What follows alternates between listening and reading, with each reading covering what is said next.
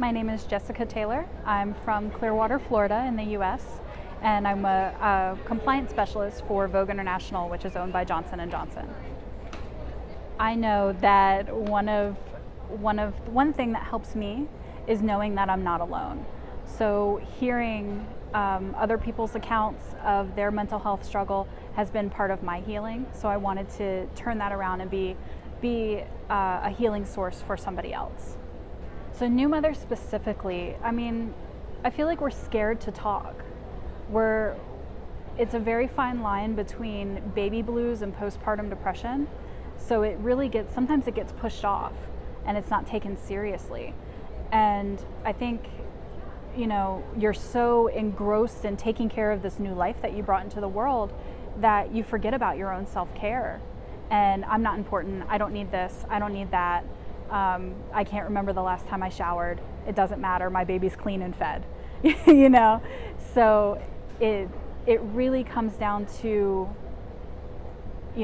breaking that stigma, that self-stigma, that you do need help and that you're worthy of help. And I think new moms forget about that. And there's also a stigma around high functioning depression and mental illness that I think a lot of moms go through. I have to do this, I have to go back to work, I have to hit all these things on my to-do list. I don't have time for self-care. I don't have time, nobody believes me that I'm sick because I go to work, I take care of my kids, I make a living wage. But it can't just be all about statistics. You have to have those personal connections to connect with somebody on an emotional level, and if that sits deeper in somebody and urges them to get help, more than saying 15% of women are diagnosed with postpartum depression in their first year, that's not going to stick in somebody's head.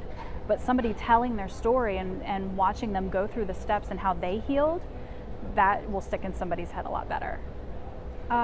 Communication is absolutely key. Talk to your partner.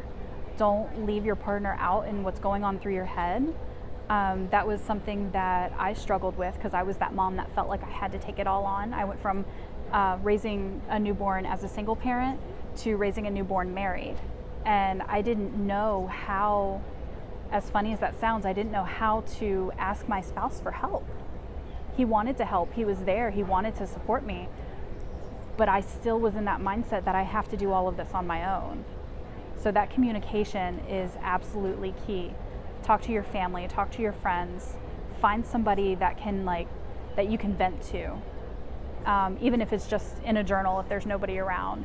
One thing I do for my own self-care is that when I see myself starting to go downhill, I go to a habit tracker in my bullet journal. And I track, did I take a shower today? Did I brush my teeth today? Did I check the mail today? Are the kids fed?